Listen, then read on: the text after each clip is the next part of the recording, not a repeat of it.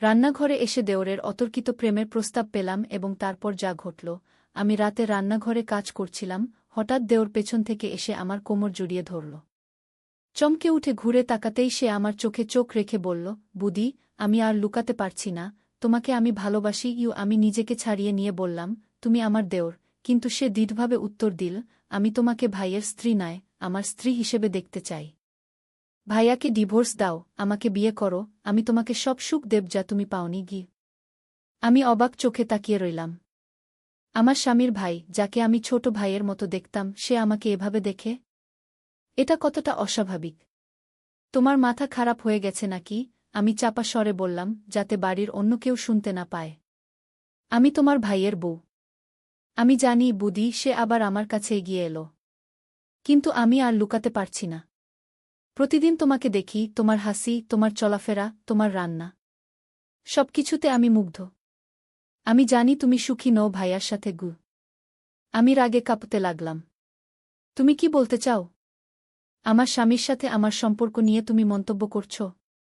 আমি শুধু সত্য বলছি বুদি। দেওর আমার হাত ধরার চেষ্টা করল, কিন্তু আমি সরে গেলাম। আমি দেখি কিভাবে ভাইয়া তোমার সাথে আচরণ করে। তুমি যে সম্মান, যে ভালোবাসা পাওয়ার অধিকারী, তা তুমি পাও না গে। এসব বাজে কথা বন্ধ করো, আমি তীব্র কণ্ঠে বললাম। তুমি আমার দেওর, এবং তাই থাকবে। এই বিকৃত চিন্তা মন থেকে দূর করোক। বুদি, আমার অনুভূতি বিকৃত নয়। সে আমার চোখের দিকে তাকাল। আমি তোমাকে সত্যিই ভালোবাসি।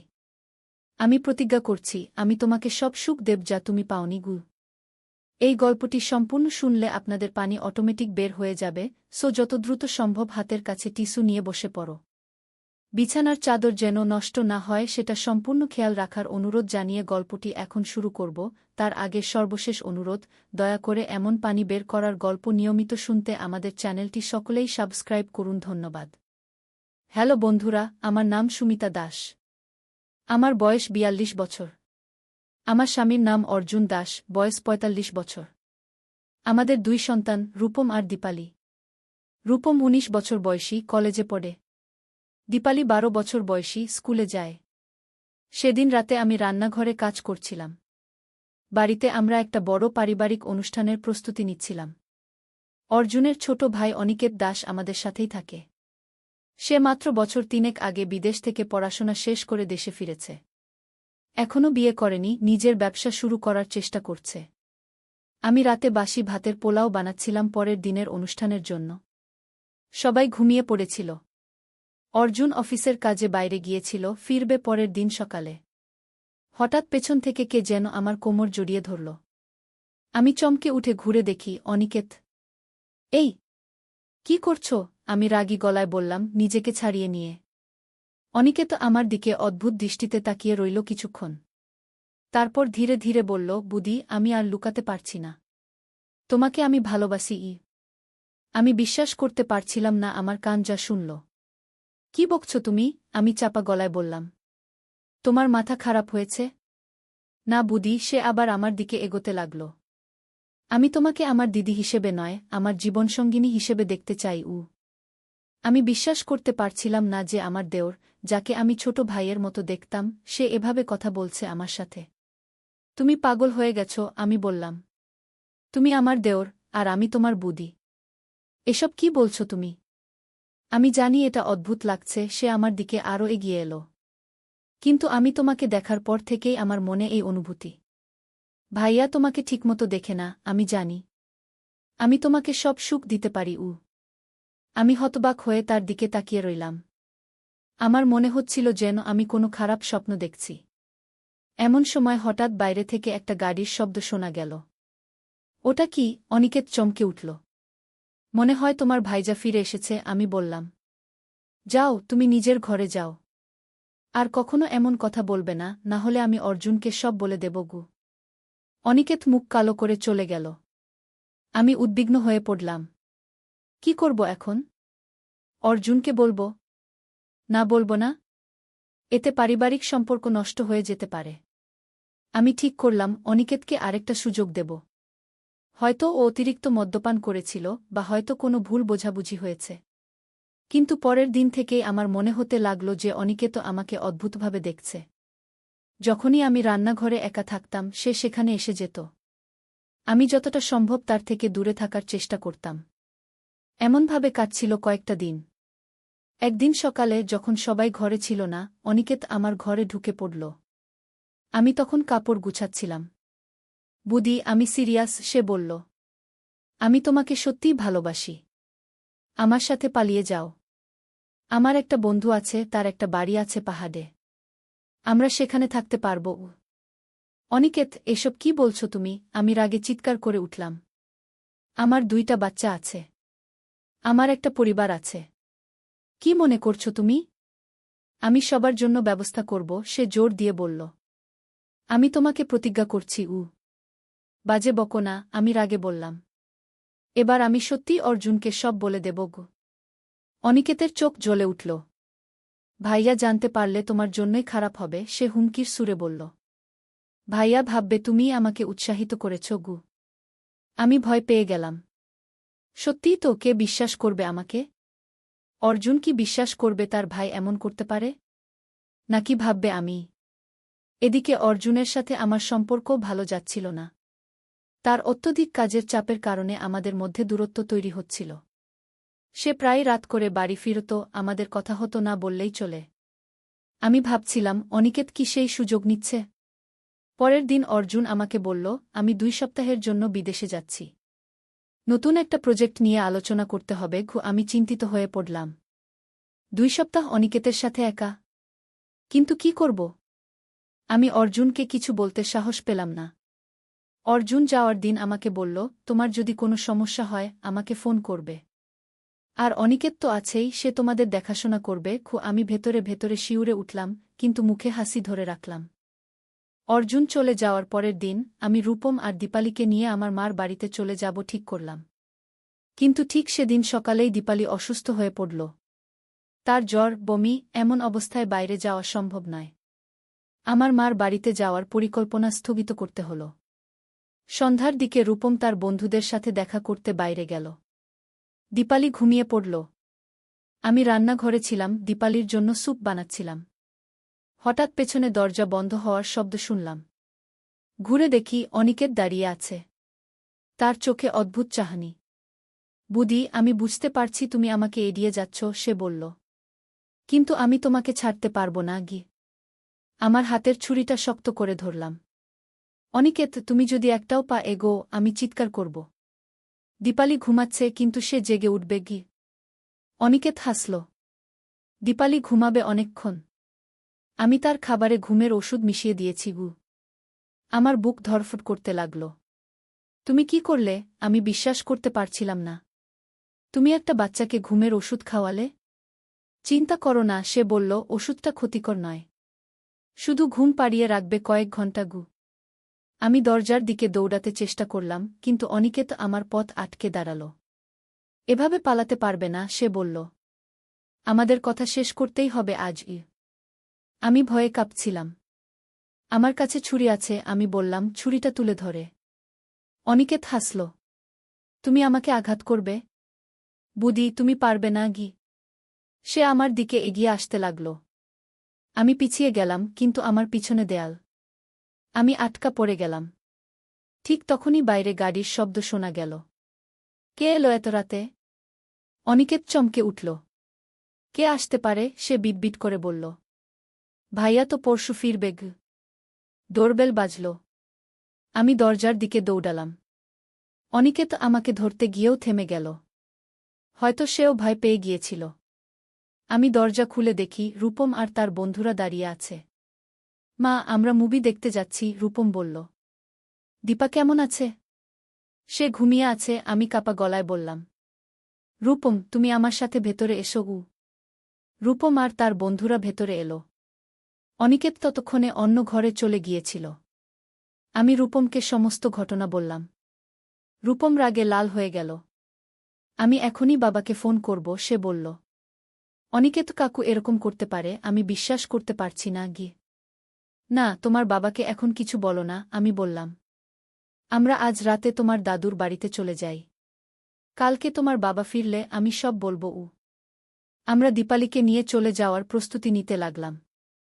অনিকেত আমাদের আটকাতে পারল না, কারণ রূপমের বন্ধুরা ছিল আমাদের সাথে। আমরা যখন বাড়ি থেকে বেরিয়ে যাচ্ছিলাম তখন অনিকেত বারান্দায় এসে দাঁড়াল। তোমরা কোথায় যাচ্ছ সে জিজ্ঞেস করল। দীপার অবস্থা খারাপ, আমি বললাম। আমি ওকে হাসপাতালে নিয়ে যাচ্ছি গু। আমি তোমাদের সাথে যাব, সে বলল। না, তুমি বাড়িতে থাকো, আমি দৃঢ় কণ্ঠে বললাম। রূপম আর তার বন্ধুরা আছে আমার সাথে গু। আমরা গাড়িতে উঠে চলে গেলাম। আমার মনে হচ্ছিল অনিকেত বুঝে গিয়েছিল যে আমি মিথ্যা বলছি। কিন্তু সে কিছু করতে পারল না। আমরা আমার বাবার বাড়িতে চলে গেলাম। পরের দিন সকালে আমি অর্জুনকে ফোন করে সব কিছু বললাম। সে বিশ্বাস করতে পারছিল না। আমি আজই ফিরে আসছি, সে বলল। অর্জুন ফিরে এলো সেদিন সন্ধ্যায়। সে সোজা আমার বাবার বাড়িতে এলো। আমি বিশ্বাস করতে পারছি না, সে বারবার বলছিল। অনিকেত এরকম করতে পারে? আমি জানি এটা বিশ্বাস করা কঠিন, আমি বললাম। কিন্তু এটাই সত্যও। অর্জুন আমাদের নিয়ে বাড়ি ফিরে গেল। অনিকেতকে ডেকে নিয়ে কথা বলল একান্তে। কি কথা হলো আমি জানি না। কিন্তু পরের দিন সকালে অনিকেত চলে গেল বাড়ি থেকে। কয়েক সপ্তাহ পর আমরা জানতে পারলাম অনিকেত বিদেশে চলে গিয়েছে। সেখানে সে একটা চাকরি পেয়েছে। সে আর কখনো ফিরে আসেনি। ঘটনাটা আমাদের পরিবারকে গভীরভাবে প্রভাবিত করেছে। অর্জুন আর আমার মধ্যে একটা দূরত্ব তৈরি হয়েছিল প্রথমে। কিন্তু ধীরে ধীরে আমরা আবার কাছাকাছি আসতে শুরু করলাম। অর্জুন বুঝতে পেরেছিল আমাদের সম্পর্কের মধ্যে যে ফাটল ধরেছিল সেটাকে সারাতে হবে। সে আমার সাথে আরও বেশি সময় কাটাতে শুরু করল, আমাদের মধ্যে যোগাযোগ বাড়ল। 1 বছর পর আমরা শহর ছেড়ে একটা ছোট্ট গ্রামে চলে গেলাম, যেখানে অর্জুন একটা নতুন ব্যবসা শুরু করল। সেখানে আমরা নতুন করে শুরু করলাম আমাদের জীবন। সেই ঘটনাটা আমাদের শিখিয়েছিল যে পারিবারিক সম্পর্কে সবসময় সতর্ক থাকতে হয়। কখনো কখনো যাদের আমরা সবচেয়ে বেশি বিশ্বাস করি তারাই আমাদের সবচেয়ে বড় ক্ষতি করতে পারে। অনিকেতের ব্যাপারটা আমাকে শিখিয়েছিল মানুষকে চেনা বড় কঠিন। তুমি কারো সাথে বছরের পর বছর একসাথে থাকতে পারো, কিন্তু তার মনের ভেতরে কি আছে তা হয়তো কখনোই জানবে না।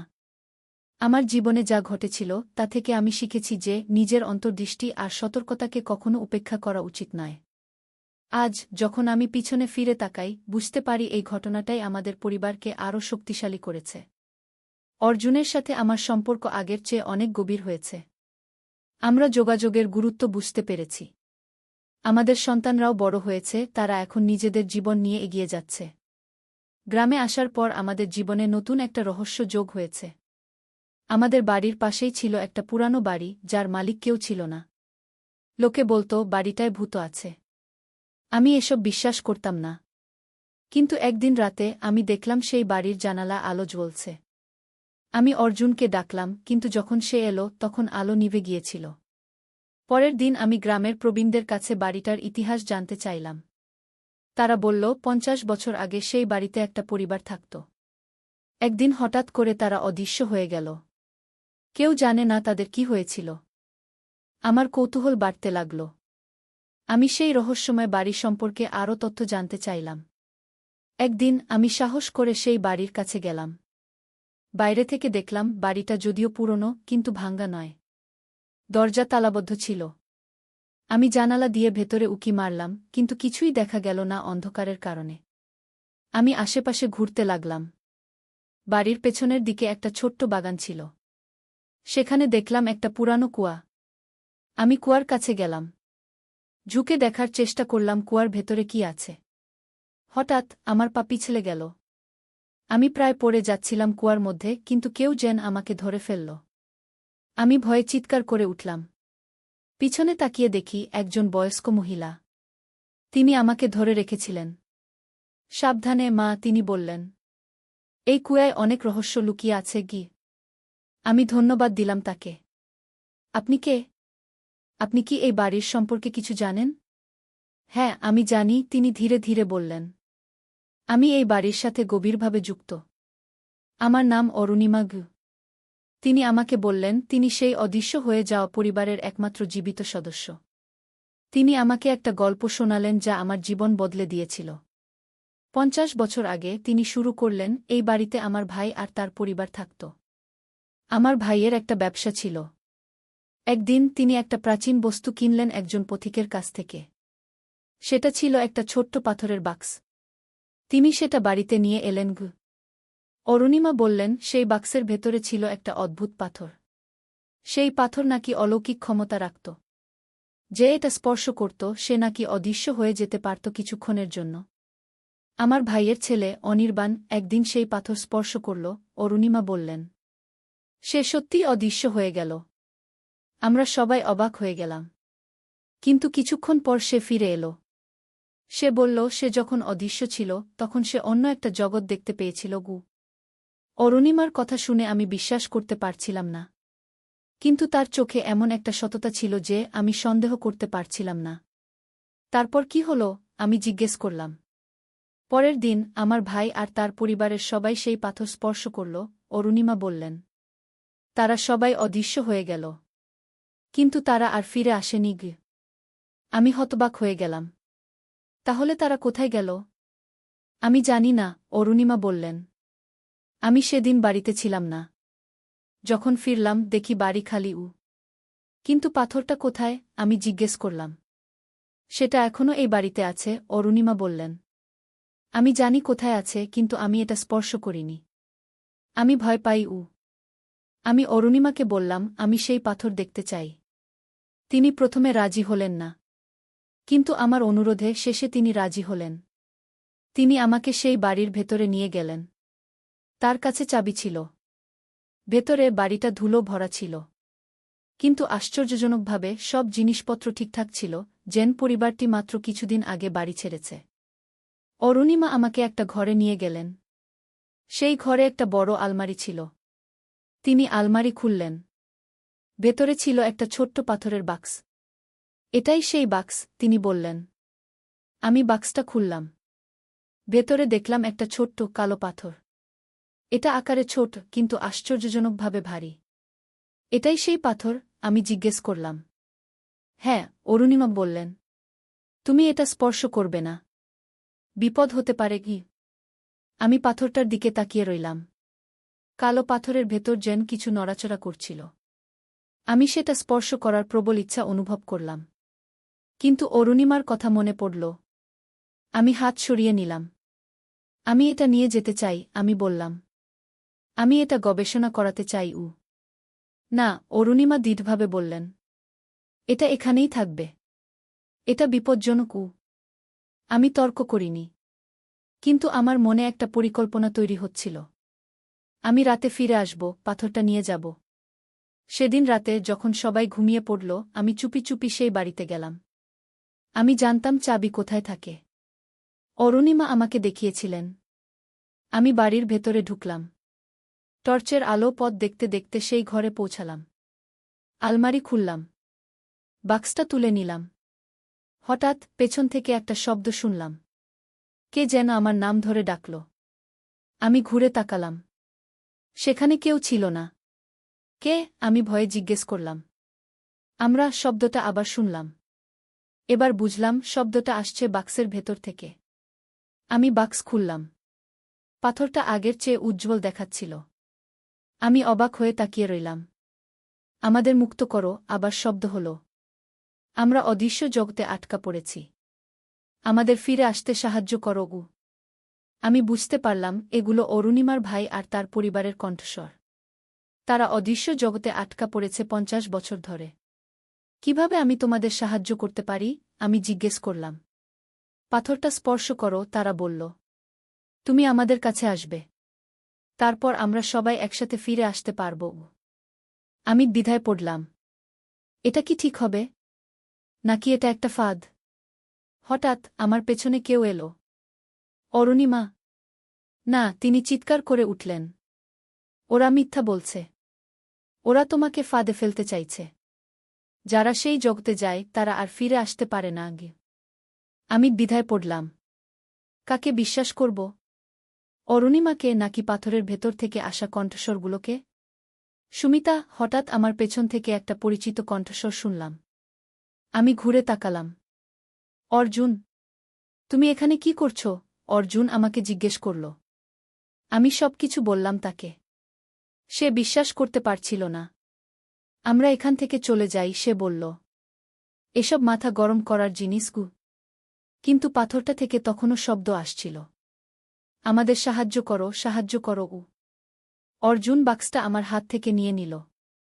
আমি এটা জঙ্গলে ফেলে দেব, সে বলল। না, অরুণিমা আর আমি একসাথে চিৎকার করে উঠলাম।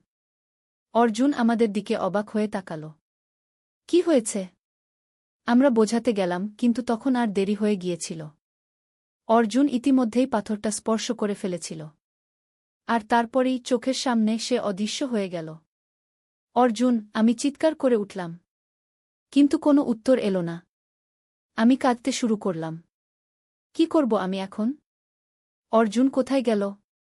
অরুণিমা আমার কাঁধে হাত রাখলেন। তুমি তাকে ফিরিয়ে আনতে পারো, তিনি বললেন। কিন্তু এর জন্য তোমাকেও পাথরটা স্পর্শ করতে হবে গু। কিন্তু আপনি তো বললেন যারা যায় তারা ফিরে আসে না। সাধারণত না, তিনি বললেন। কিন্তু একটা উপায় আছে। আমি জানি কিভাবে গু। তিনি আমাকে বললেন, সেই অদৃশ্য জগতে যাওয়ার পর আমাকে অর্জুনকে খুঁজে বের করতে হবে। তারপর একটা বিশেষ মন্ত্র উচ্চারণ করতে হবে। সেই মন্ত্র উচ্চারণ করলে আমরা ফিরে আসতে পারব। কিন্তু সাবধান, তিনি বললেন। তুমি সেখানে বেশিক্ষণ থাকতে পারবে না। যত বেশিক্ষণ থাকবে তত বেশি ফিরে আসা কঠিন হবে গু। আমি সাহস করে পাথরটা স্পর্শ করলাম। আর তারপরেই আমি অনুভব করলাম আমার শরীর হালকা হয়ে যাচ্ছে। আমার চারপাশের পৃথিবী অদৃশ্য হয়ে গেল। আমি চলে গেলাম এক অদ্ভুত জগতে। সেই জগতে সবকিছু উল্টো ছিল। আকাশ ছিল কালো, কিন্তু তারা ছিল না। মাটি ছিল সবুজ। গাছপালা ছিল বেগুনি রঙের। আমি অর্জুনকে খুঁজতে লাগলাম। অনেক খোঁজার পর আমি দেখলাম সে একটা বেগুনি গাছের নিচে বসে আছে। অর্জুন, আমি চিৎকার করে উঠলাম। সে আমার দিকে তাকাল। তার চোখে ভয়। সুমিতা, তুমি কেন এলে? এখান থেকে বেরোনোর উপায় নেই গি। আছে, আমি বললাম। আমাকে অরুণিমা বলেছেন কিভাবে বেরোতে হয়। আমরা একটা মন্ত্র উচ্চারণ করব গো। আমি অর্জুনকে মন্ত্রটা শেখালাম। আমরা দুজনে একসাথে উচ্চারণ করলাম। কিন্তু কিছুই হল না। দেখো, এটা কাজ করে না, অর্জুন বলল। আমি হতাশ হয়ে পড়লাম। কিন্তু আমি হাল ছাড়তে রাজি ছিলাম না। আমরা আবার চেষ্টা করব, আমি বললাম। আমরা আবার মন্ত্র উচ্চারণ করলাম। এবার আমরা অনুভব করলাম আমাদের শরীর আবার ভারী হয়ে উঠছে। আমরা ফিরে আসছিলাম। আমরা ফিরে এলাম সেই ঘরে যেখান থেকে আমরা গিয়েছিলাম। অরুণিমা সেখানে অপেক্ষা করছিলেন। তিনি আনন্দে কেঁদে ফেললেন আমাদের দেখে। তোমরা ফিরে এসেছ, তিনি বললেন।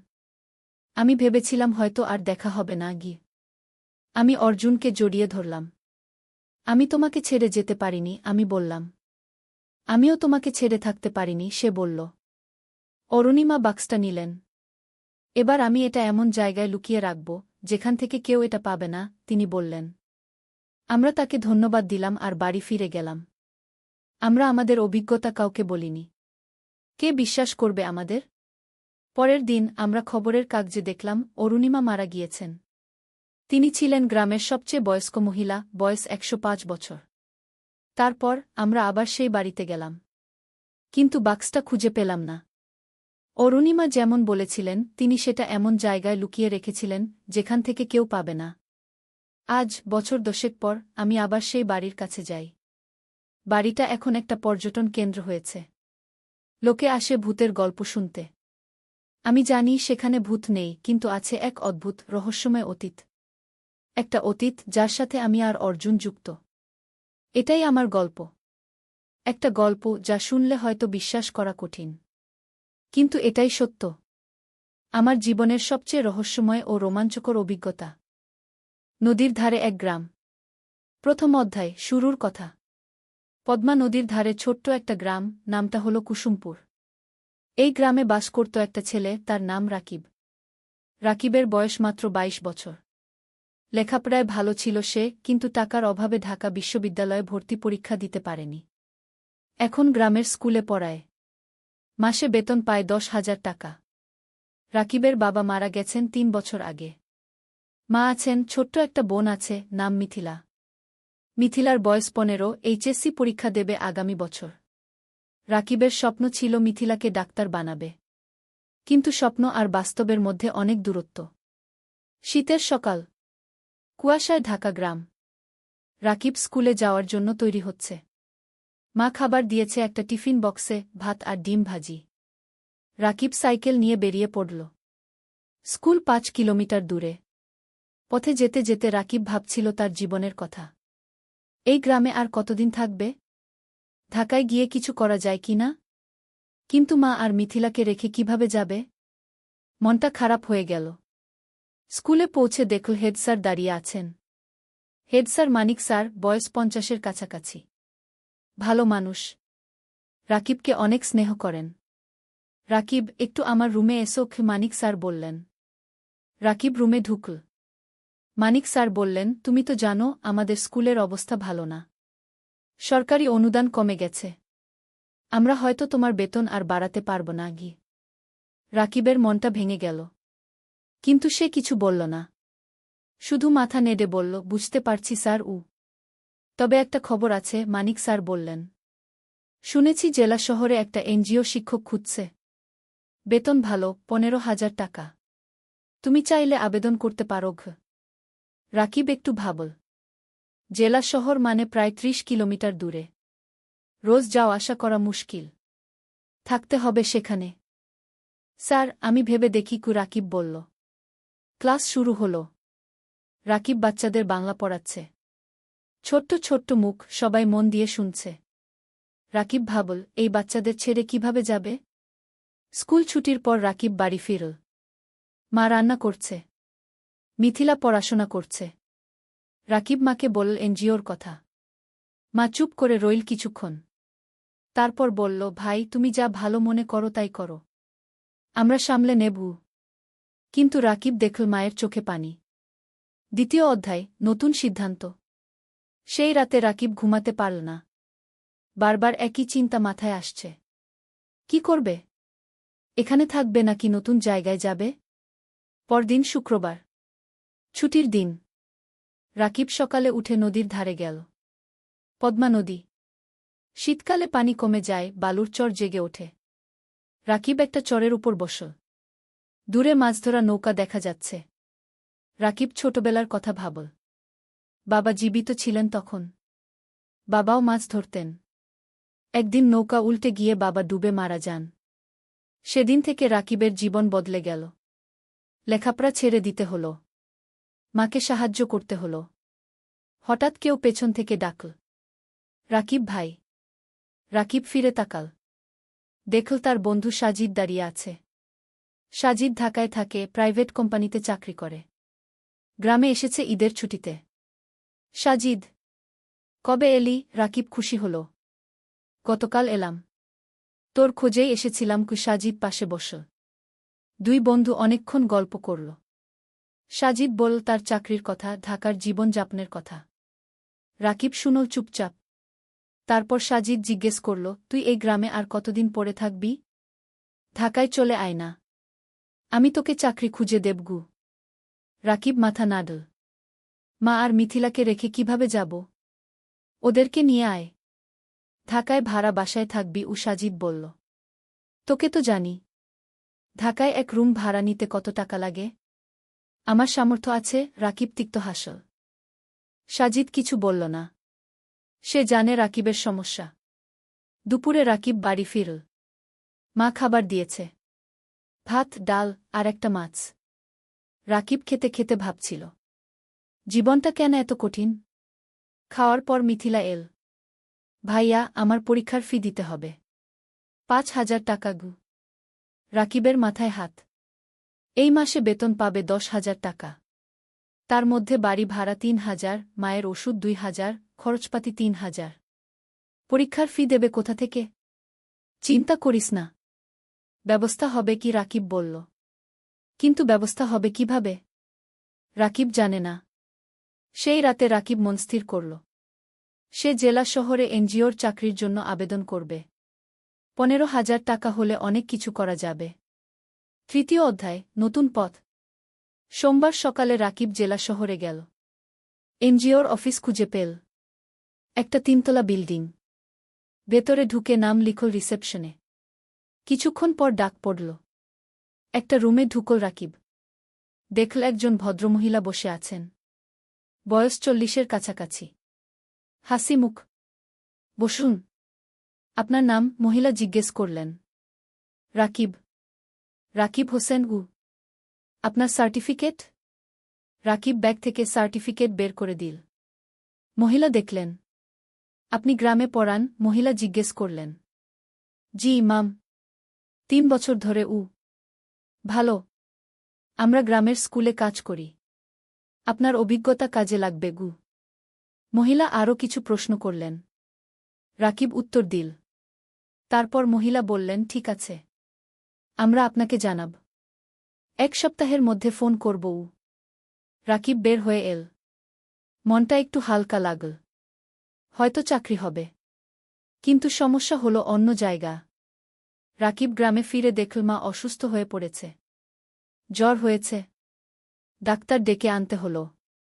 ডাক্তার ওষুধ লিখে দিল। ওষুধের দাম 1000 টাকা। রাকিবের পকেটে 5 টাকা ছিল। বাকি 5 টাকা ধার করতে হল পাশের বাড়ির কাকার কাছে।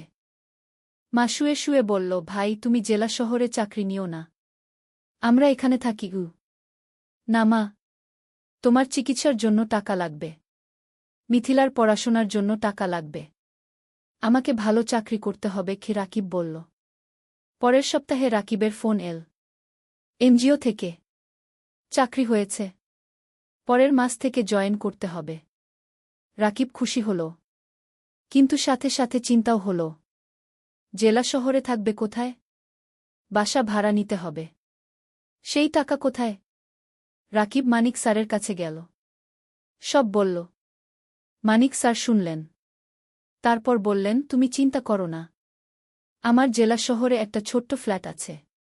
খালি পড়ে আছে। তুমি সেখানে থাকতে পারো। প্রথম 3 মাস ভাড়া লাগবে না। রাকিবের চোখে পানি এল। স্যার, আপনি তুমি ভালো ছেলে। তোমার উন্নতি হোক, এটাই চাই। মানিক স্যার হাসলেন। রাকিব স্যারের পা ছুঁয়ে সালাম করল। 4র্থ অধ্যায়, জেলা শহরে নতুন জীবন। পরের মাসের প্রথম দিনে রাকিব জেলা শহরে চলে এল। মা আর মিথিলা গ্রামে রইল।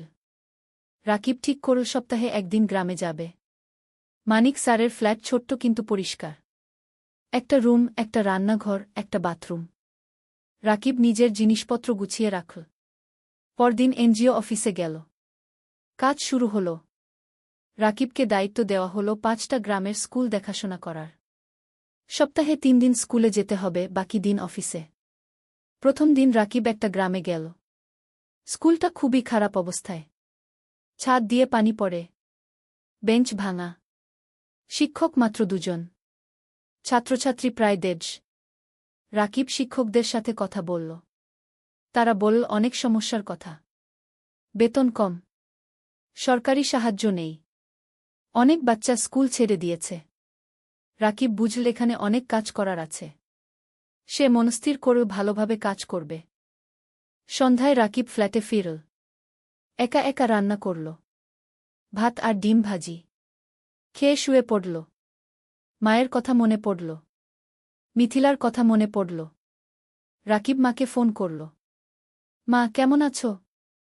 ভালো আছি। তুমি খেয়েছ? মা জিজ্ঞেস করল। হ্যাঁ মা। তুমি ওষুধ খেয়েছ তো? খেয়েছি। মিথিলা পড়াশোনা করছে। তুমি চিন্তা করো না। ফোন রেখে রাকিব ঘুমিয়ে পড়ল। দিন যাচ্ছে। রাকিব কাজে মন দিচ্ছে। সে দেখছে স্কুলগুলোর অবস্থা ধীরে ধীরে ভালো হচ্ছে। এনজিও থেকে সাহায্য আসছে। নতুন বেঞ্চ এসেছে। ছাদ মেরামত হয়েছে। শিক্ষকদের ট্রেনিং দেওয়া হচ্ছে। রাকিব খুশি। তার মনে হচ্ছে সে কিছু ভালো কাজ করছে। 3 মাস পর রাকিব প্রথম বেতন পেল। 15,000 টাকা। রাকিব সাথে সাথে 10,000 টাকা মাকে পাঠিয়ে দিল। বাকি 5,000 টাকা দিয়ে নিজের খরচ চালাবে। মা ফোন করে কাঁদল। ভাই, তুমি এত টাকা পাঠালে তোমার কি হবে? মা, তুমি চিন্তা করো না। আমার হয়ে যাবে। তুমি ভালো থাকো।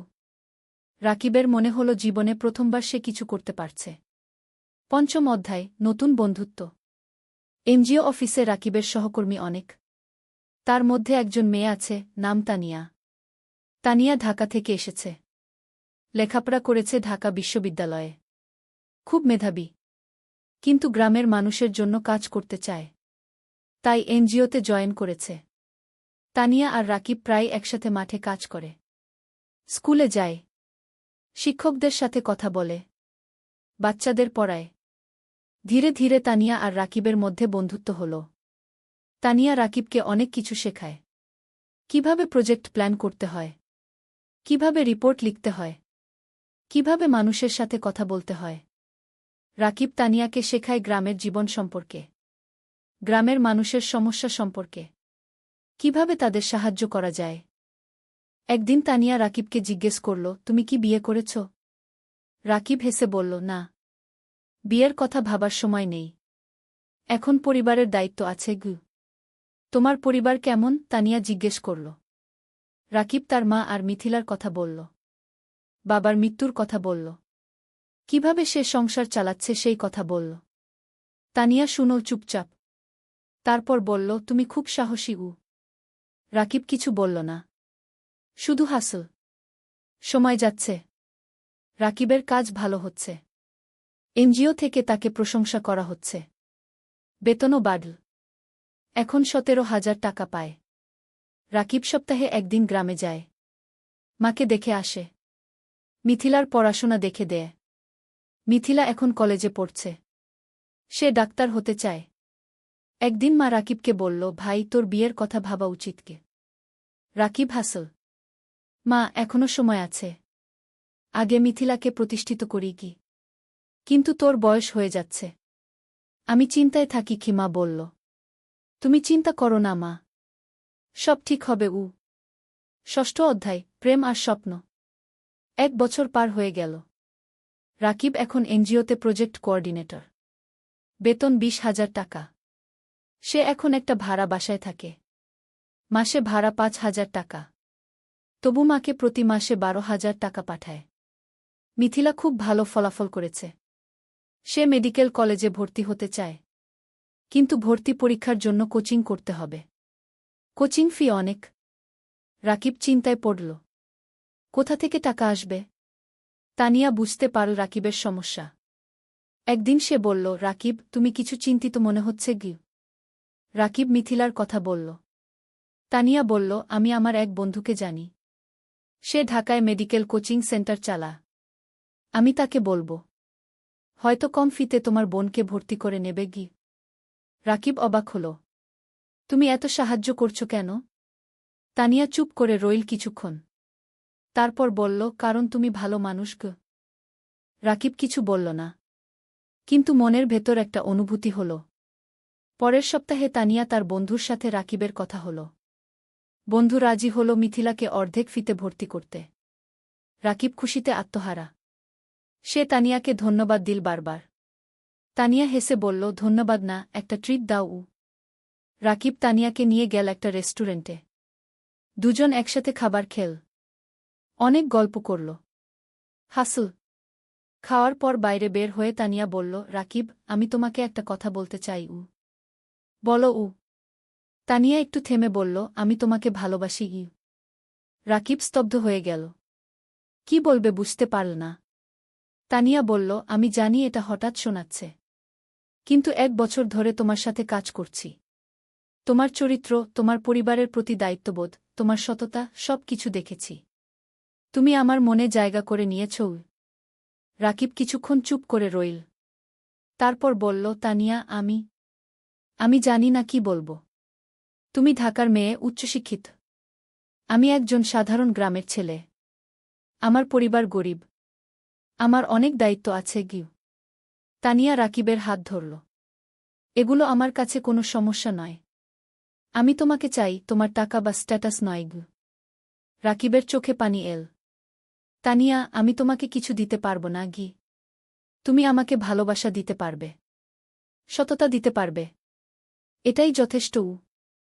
রাকিব তানিয়ার দিকে তাকাল। তারপর বলল, আমিও তোমাকে ভালোবাসি। কিন্তু ভয় পাচ্ছি। কিসের ভয়? তানিয়া জিজ্ঞেস করল। ভয় পাচ্ছি তোমার পরিবার রাজি হবে না। ভয় পাচ্ছি আমি তোমাকে সুখী করতে পারব না গি। তানিয়া হাসল। আমার পরিবার আমাকে বিশ্বাস করে। আমি যদি খুশি থাকি তারা খুশি থাকবে। আর তুমি আমাকে সুখী করতে পারবে কিনা সেটা সময় বলবে। আমরা একসাথে চেষ্টা করব। সেই রাতে রাকিব ঘুমাতে পারল না।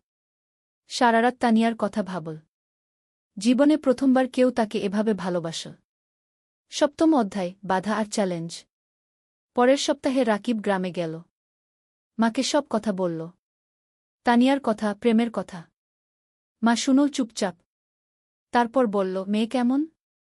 খুব ভালো মা। তুমি তাকে দেখলে পছন্দ করবে কি? তার পরিবার রাজি হবে? আমরা তো গরিব, খিমা চিন্তিত হল। তানিয়া বলেছে তার পরিবার তাকে বিশ্বাস করে। সমস্যা হবে না গি। মিথিলা খুশি হল। ভাইজা, তুমি বিয়ে করছ? আমি ভাবির সাথে দেখা করব। রাকিব হাসল। হ্যাঁ রে, তোকে নিয়ে যাব ঢাকায়। কিন্তু সমস্যা এল অন্য দিক থেকে। তানিয়া তার বাবা মাকে রাকিবের কথা বলল। প্রথমে তারা খুশি হল। কিন্তু যখন জানো রাকিব একজন এনজিও কর্মী, বেতন মাত্র 20,000 টাকা, তখন তারা আপত্তি করল। তানিয়ার বাবা বললেন, তানিয়া, তুমি ঢাকা বিশ্ববিদ্যালয় থেকে পাস করেছ। তুমি একজন ভালো চাকরিজীবী ছেলে পাবে। এই ছেলে তোমাকে কি দেবে? তানিয়া বলল, বাবা, আমি টাকার জন্য বিয়ে করছি না। আমি রাকিবকে ভালোবাসি। ভালোবাসা দিয়ে সংসার চলে না কি? তানিয়ার মা বললেন। বাবা, মা, রাকিব খুব সৎ এবং পরিশ্রমী। সে তার পরিবারের জন্য অনেক কষ্ট করছে। এরকম মানুষ এখন কমই আছে কি? তানিয়া বোঝানোর চেষ্টা করল। আমরা সময় চাই। আমরা ছেলেটাকে দেখতে চাই কি? তানিয়ার বাবা বললেন। তানিয়া রাকিবকে ফোন করে সব বলল। রাকিব শুনল। তারপর বলল, আমি জানতাম এটা হবে গু। তুমি হাল ছেড়ে দিও না। আমি তাদের বোঝাব। তানিয়া বলল। পরের মাসে রাকিব ঢাকায় গেল। তানিয়ার বাবা মার সাথে দেখা করল। তারা রাকিবকে অনেক প্রশ্ন করল। রাকিব সব সততার সাথে উত্তর দিল। তানিয়ার বাবা বললেন, তুমি তোমার ভবিষ্যৎ নিয়ে কি ভাবছ? তুমি সারা জীবন এনজিওতে থাকবে? রাকিব বলল, আঙ্কেল, আমি স্বপ্ন দেখি একদিন নিজের একটা স্কুল করব। গ্রামের গরিব ছেলে মেয়েদের বিনামূল্যে পড়াব। এটা আমার লক্ষ্য। তানিয়ার বাবা অবাক হলেন। তুমি কি জানো একটা স্কুল খুলতে কত টাকা লাগে? জানি আঙ্কেল। কিন্তু আমি বিশ্বাস করি যদি সততার সাথে চেষ্টা করি, একদিন সফল হব। তানিয়ার বাবা কিছু বললেন না। কিন্তু রাকিবের চোখে যে আগুন দেখলেন সেটা তাকে ভাবিয়ে তুলল। সেই রাতে তানিয়ার বাবা মা আলোচনা করলেন। তারপর তারা রাজি হলেন। কিন্তু একটা শর্ত দিলেন, রাকিবকে আরও ভালো চাকরি খুঁজতে হবে। রাকিব শর্ত মেনে নিল। অষ্টম অধ্যায়, নতুন সুযোগ। বিয়ের প্রস্তুতি শুরু হল। কিন্তু রাকিব চিন্তায় ছিল। বিয়েতে অনেক খরচ হবে। সেই টাকা কোথায়? তানিয়া বলল, আমরা সিম্পল বিয়ে করব। বেশি খরচ করব না আগে। কিন্তু তানিয়ার পরিবার বড় বিয়ে চায়। অনেক আত্মীয় স্বজন আছে। রাকিব টেনশনে ছিল। তখন মানিক স্যার তাকে ডাকলেন। স্যার বললেন, রাকিব, আমি শুনেছি তোমার বিয়ে হবে। আমি তোমাকে একটা উপহার দিতে চাই। স্যার একটা খাম দিলেন। খামে ছিল 50,000 টাকা। রাকিবের চোখ বড় হয়ে গেল। স্যার, এটা আমি নিতে পারব না আগে। এটা উপহার। তুমি আমার ছাত্রের মতো। তুমি অবশ্যই নেবে। স্যার জোর করলেন। রাকিব স্যারকে জড়িয়ে ধরল। স্যার, আপনি আমার জন্য অনেক কিছু করেছেন। তুমি ভালো থাকো। এটাই চাই। এদিকে রাকিবের ভাগ্য ঘুরতে শুরু করল। একদিন এনজিওর ডিরেক্টর রাকিবকে ডাকলেন। বললেন, রাকিব, তোমার কাজ আমরা খুব পছন্দ করেছি। আমরা একটা নতুন প্রজেক্ট শুরু করছি। তুমি প্রজেক্ট ম্যানেজার হবে। বেতন হবে 35,000 টাকা। রাকিব বিশ্বাস করতে পারল না। 35,000 টাকা! এত টাকা কখনো কল্পনাও করেনি। স্যার, সত্যি? রাকিব জিজ্ঞেস করল। হ্যাঁ, তুমি যোগ্য। তুমি পারবে কি? ডিরেক্টর বললেন। রাকিব সাথে সাথে তানিয়াকে ফোন করল। তানিয়া খুশিতে চিৎকার করল। সেই সন্ধ্যায় রাকিব মাকে ফোন করল। সব বলল। মা কাঁদতে লাগল। খুশির কান্না। ভাই, আল্লাহ তোমার ভালো করেছে। তুমি অনেক কষ্ট করেছ কি? মা বলল। মা, এখন আমরা ভালো থাকব। মিথিলার পড়াশোনা ভালো হবে। তুমি সুস্থ থাকবে গু। বিয়ের দিন এল। সিম্পল কিন্তু সুন্দর বিয়ে। গ্রাম থেকে মা আর মিথিলা এসেছে। রাকিবের বন্ধুরা এসেছে। এনজিও অফিসের সবাই এসেছে। তানিয়া দেখতে খুব সুন্দর লাগছিল লাল শাড়িতে। রাকিব পাঞ্জাবি পরেছে। বিয়ে হল। সবাই দোয়া করল। আশীর্বাদ করল। রাকিব আর তানিয়া নতুন জীবন শুরু করল। নবম অধ্যায়, স্বপ্ন পূরণের পথে। বিয়ের পর রাকিব আর তানিয়া জেলা শহরে একটা বড় ফ্ল্যাট ভাড়া নিল। 2 বেডরুমের। তারা ঠিক করল মা আর মিথিলাকে নিয়ে আসবে। মা প্রথমে রাজি হল না। বলল, তোমরা নতুন বিয়ে করেছ। আমরা গেলে তোমাদের সমস্যা হবে গি। তানিয়া নিজে গ্রামে গেল। মাকে বলল, মা, আপনি আমার মা। আপনি না থাকলে আমার সংসার অসম্পূর্ণ। মা তানিয়াকে জড়িয়ে ধরল। মা, তুমি খুব ভালো। মা আর মিথিলা জেলা শহরে চলে এল। এখন তারা সবাই একসাথে থাকে। মিথিলা ঢাকায় কোচিং করছে। সে খুব মন দিয়ে পড়ছে। তার লক্ষ্য মেডিকেল কলেজে চান্স পাওয়া। রাকিব নতুন প্রজেক্টে কাজ শুরু করেছে। প্রজেক্টটা খুব বড়। 15টা গ্রামে কাজ করতে হবে। স্কুল, স্বাস্থ্যকেন্দ্র, নারী উন্নয়ন, সব ধরনের কাজ। রাকিব খুব ব্যস্ত হয়ে গেল। সকাল থেকে রাত পর্যন্ত কাজ। কিন্তু সে খুশি। কারণ সে মানুষের উপকার করছে। তানিয়াও কাজ করছে। সেও একটা প্রজেক্টে আছে। তাদের দুজনের মিলে এখন বেতন 55,000 টাকা। এত টাকা রাকিব কখনো কল্পনা করেনি। এখন তারা স্বাচ্ছন্দ্যে আছে। মায়ের ভালো চিকিৎসা হচ্ছে। মিথিলার পড়াশোনা ভালো হচ্ছে। রাকিব কিছু টাকা সেভিংসও করছে। একদিন রাকিব তানিয়াকে বলল, তুমি জানো, আমার স্বপ্ন ছিল একটা স্কুল করা গিয়ে। হ্যাঁ, মনে আছে। তুমি এখনও সেই স্বপ্ন দেখো? তানিয়া জিজ্ঞেস করল। হ্যাঁ। আমি ভাবছি আমরা যদি কিছু টাকা সেভ করি, তাহলে হয়তো একদিন একটা ছোট্ট স্কুল খুলতে পারব। তানিয়া হাসল। চলো, আমরা একসাথে এই স্বপ্ন পূরণ করব। দুজনে মিলে প্ল্যান করতে লাগল। কিভাবে টাকা জমাবে? কোথায় স্কুল খুলবে?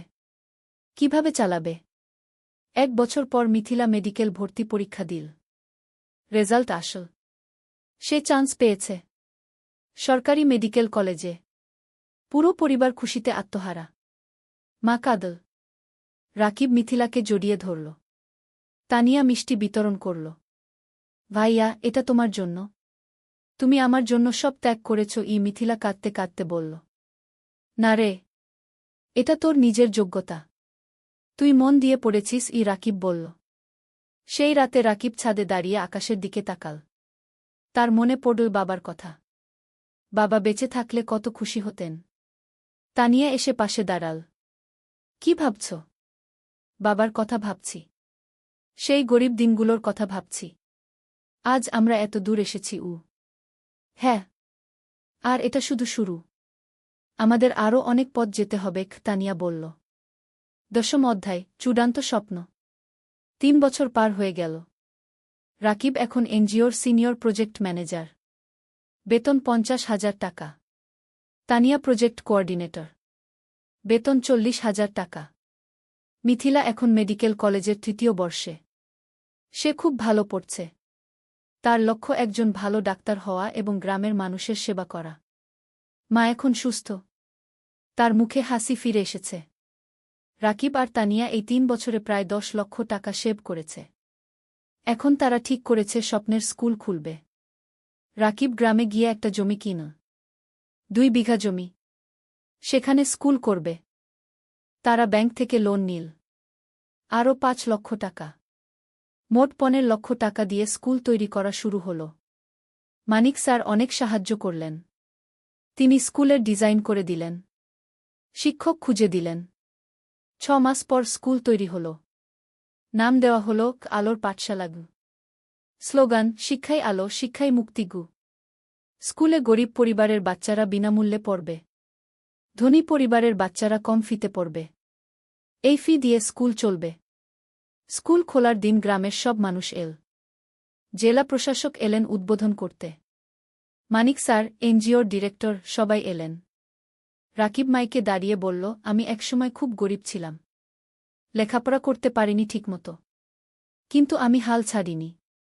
আজ আমি এই স্কুল করলাম যাতে গ্রামের কোনো বাচ্চাকে টাকার অভাবে লেখাপড়া ছাড়তে না হয়। সবাই হাততালি দিল। তানিয়া বলল, এই স্কুল শুধু আমার স্বামীর স্বপ্ন নয়, আমার স্বপ্ন। আমরা চাই এই গ্রামের প্রতিটা বাচ্চা শিক্ষিত হোক। আবার হাততালি। স্কুল চালু হল। প্রথম দিন ৫০ জন বাচ্চা ভর্তি হল। দ্বিতীয় মাসে ১০০, তৃতীয় মাসে ২০। রাকিব আর তানিয়া সপ্তাহে ৩ দিন স্কুলে যায়। বাচ্চাদের পড়ায়, শিক্ষকদের ট্রেনিং দেয়া, স্কুল দেখাশোনা করে। মিথিলা ছুটির দিনে স্কুলে এসে বাচ্চাদের স্বাস্থ্য চেক আপ করে। বিনামূল্যে মা রান্না করে বাচ্চাদের খাওয়ায়। অনেক বাচ্চা গরিব পরিবার থেকে আসে। তারা দুপুরে খায় না। মা তাদের খাওয়ায়। ২ বছর পর স্কুলে ৫ বাচ্চা পড়ছে। ১০ জন শিক্ষক আছে। স্কুল ভালোভাবে চলছে। জেলার মধ্যে কি আলোর পাঠশালা কি একটা আদর্শ স্কুল হিসেবে পরিচিতি পেয়েছে। একাদশ অধ্যায়, জীবনের পূর্ণতা। ৫ বছর পর রাকিবের বয়স এখন ৩৩। তানিয়ার বয়স ৩১। তাদের একটা মেয়ে হয়েছে। নাম রাখা হয়েছে অনন্যা। অনন্যার বয়স ২ বছর। মিথিলা এখন ডাক্তার। সে একটা সরকারি হাসপাতালে কাজ করছে। সে গ্রামের মানুষের বিনামূল্যে সেবা দেয়া। মা সুস্থ এবং খুশি। তার নাতনি অনন্যাকে নিয়ে সময় কাটায়। আলোর পাঠশালা কি এখন জেলার সেরা স্কুলগুলোর একটা। এখানে ১,০০০ বাচ্চা পড়ছে। ২০ জন শিক্ষক আছে। স্কুলের রেজাল্ট খুব ভালো। রাকিব আর তানিয়া এখন আর এনজিওতে কাজ করে না। তারা পুরোপুরি স্কুলেই সময় দেয়া। তারা আরও ২টো স্কুল খোলার পরিকল্পনা করছে। একদিন রাকিব স্কুলের ছাদে দাঁড়িয়ে আছে। তানিয়া এসে পাশে দাঁড়াল। হাতে চায়ের কাপ। কি ভাবছ? তানিয়া জিজ্ঞেস করল। ভাবছি আমাদের যাত্রার কথা। ৮ বছর আগে আমি একজন গরিব স্কুল শিক্ষক ছিলাম। আজ আমার নিজের স্কুল আছে। ১,০০০ বাচ্চা পড়ছে গু। হ্যাঁ, আমরা অনেক দূর এসেছি। কিন্তু আরও অনেক পথ বাকি, তানিয়া বলল। জানো, কখনো কখনো মনে হয় স্বপ্ন দেখা ভালো। স্বপ্ন মানুষকে বাঁচিয়ে রাখে। আমি স্বপ্ন দেখেছিলাম বলে আজ এখানে এসেছি। তানিয়া রাকিবের হাত ধরল।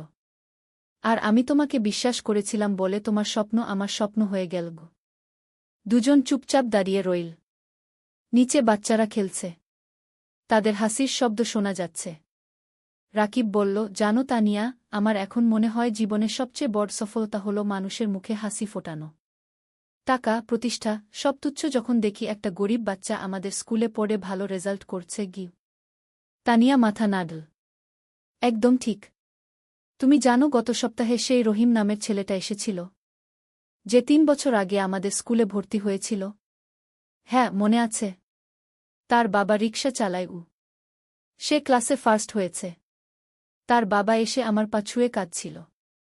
বলছিল, আপনারা না থাকলে আমার ছেলে লেখাপড়া শিখতে পারত না। রাকিবের চোখ ভিজে গেল। এই মুহূর্তগুলোর জন্যই আমরা কাজ করি। হঠাৎ অনন্যা দৌড়ে এল। বাবা, বাবা, দেখো আমি কি এঁকেছি। রাকিব মেয়েকে কোলে তুলে নিল। অনন্যা একটা ছবি দেখাল। একটা স্কুল, সামনে অনেক বাচ্চা। এটা কি? রাকিব জিজ্ঞেস করল। এটা আমাদের স্কুল। দাদু বলেছে তুমি এই স্কুল বানিয়েছ। অনন্যা বলল। রাকিব মেয়ের কপালে চুমু খেল। হ্যাঁ রে, একদিন তুইও বড় হয়ে ভালো কিছু করবি।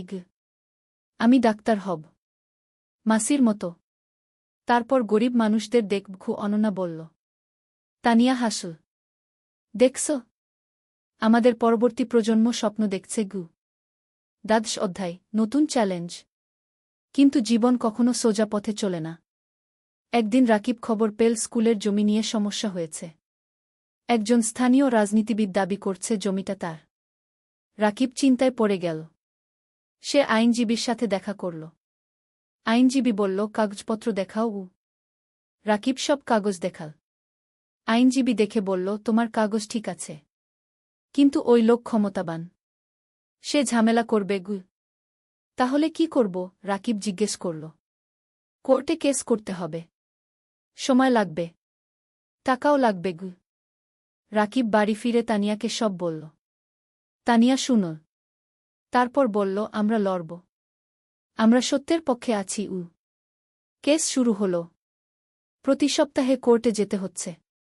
আইনজীবীর ফি দিতে হচ্ছে। টাকা খরচ হচ্ছে অনেক। কিন্তু রাকিব হাল ছাড়ল না। সে জানে সে ন্যায়ের পক্ষে। এই সময় গ্রামের মানুষ রাকিবের পাশে দাঁড়াল। তারা একটা কমিটি করল। সবাই মিলে টাকা তুলো রাকিবকে সাহায্য করার জন্য। একদিন গ্রামের চেয়ারম্যান রাকিবের কাছে এসে বলল, রাকিব, তুমি আমাদের গ্রামের গর্ব। তুমি আমাদের বাচ্চাদের শিক্ষিত করছ। আমরা তোমাকে একা ছাড়ব না। রাকিব কান্নায় ভেঙে পড়ল।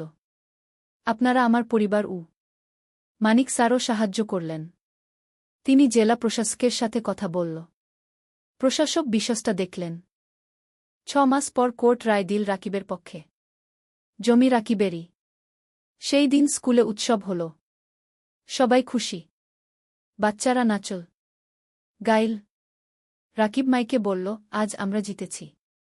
কিন্তু এটা শুধু আমার জয় নয়। এটা আমাদের সবার জয়। সত্যের জয়। 13 অধ্যায় সম্প্রসারণ। কেস জেতার পর রাকিবের আত্মবিশ্বাস বেড়ে গেল। সে ঠিক করল আরও একটা স্কুল খুলবে, পাশের জেলায়। তানিয়া রাজি হল। তারা আবার সেভিংস শুরু করল। এই সময় একটা বড় সুখবর এল। একটা আন্তর্জাতিক এনজিও তাদের স্কুলের কথা শুনেছে। তারা সাহায্য করতে চায়। এনজিওর একজন প্রতিনিধি এল আলোর পাঠশালাকে দেখতে। সে সব দেখল। শিক্ষকদের সাথে কথা বলল।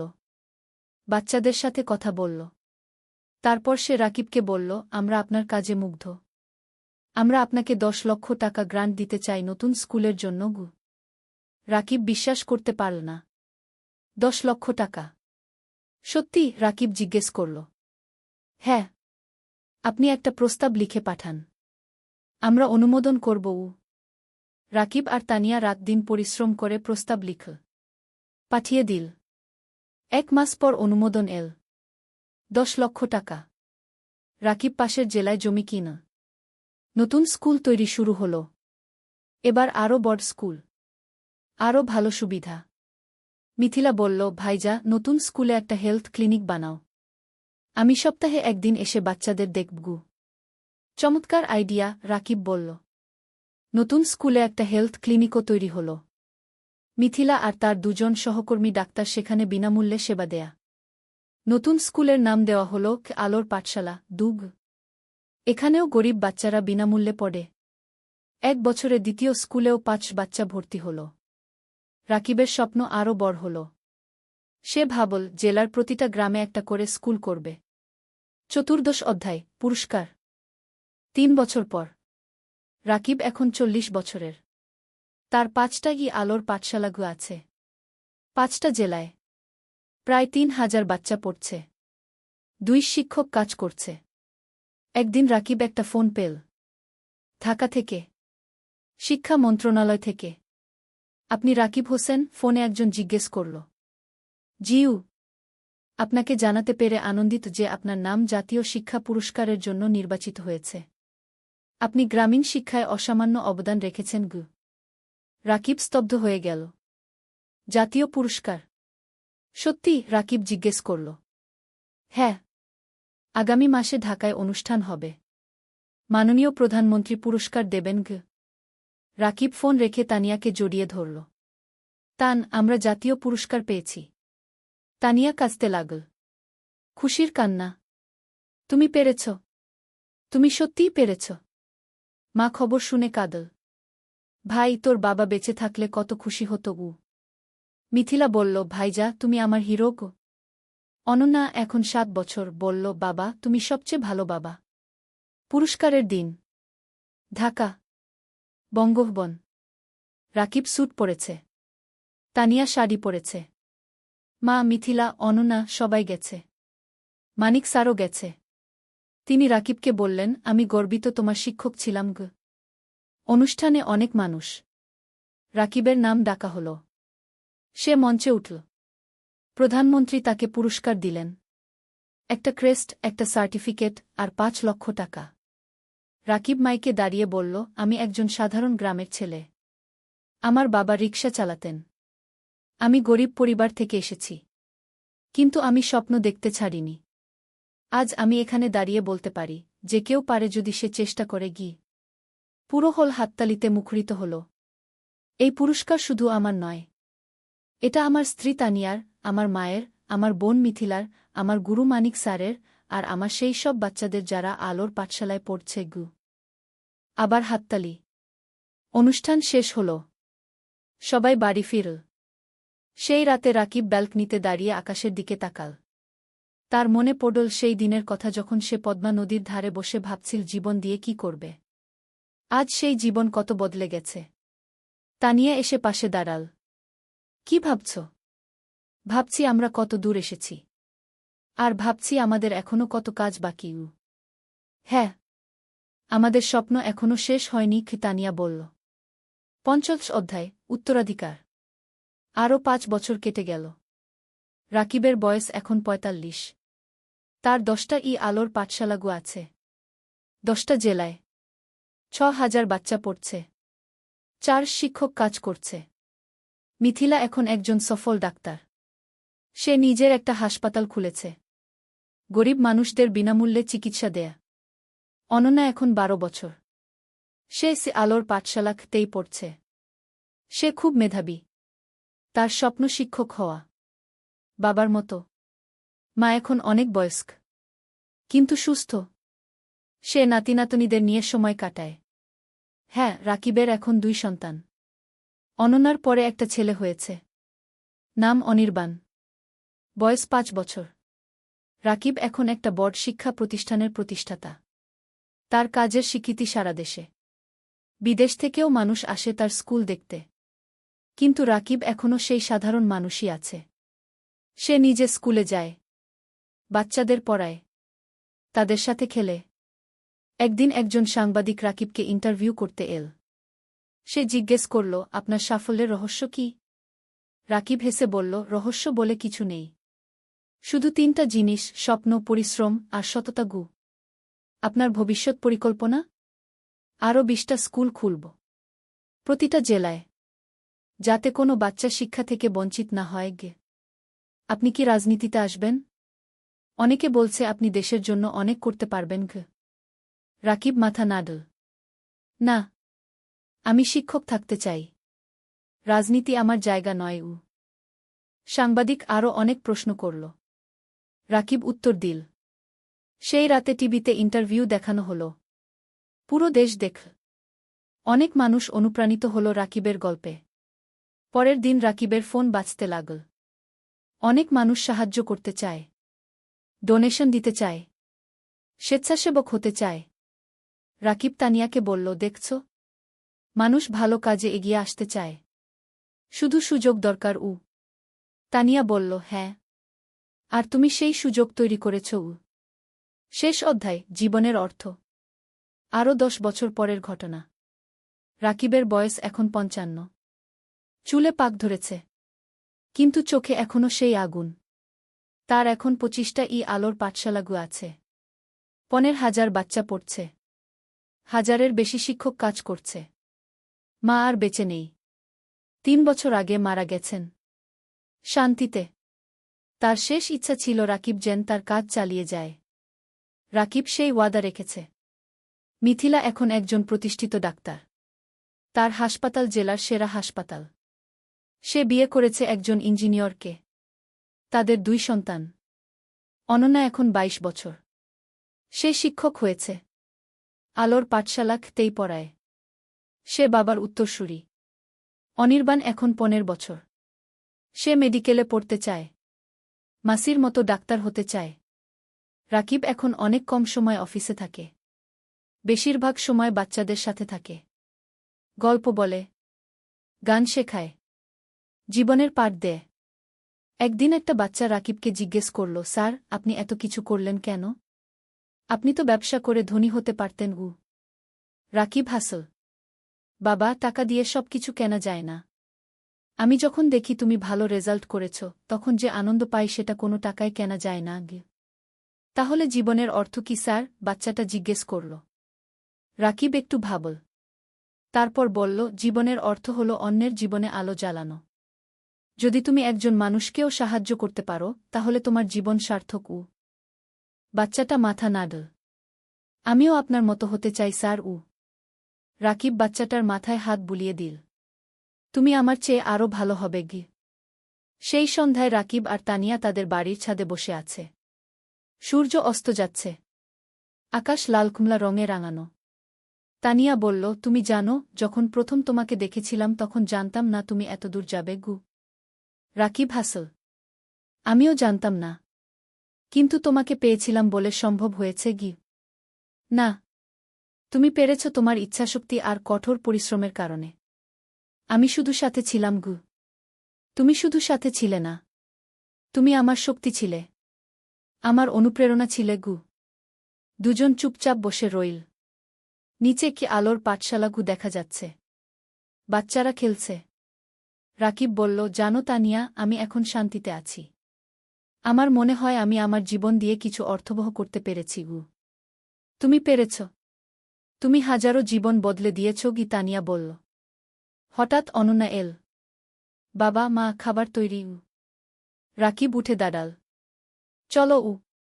তিনজন একসাথে নিচে নামল। পরিবার একসাথে বসে খাবার খেল, হাসল, গল্প করল। রাতে শোয়ার আগে রাকিব জানালার পাশে দাঁড়িয়ে বাইরে তাকাল। দূরে তারা জ্বলছে।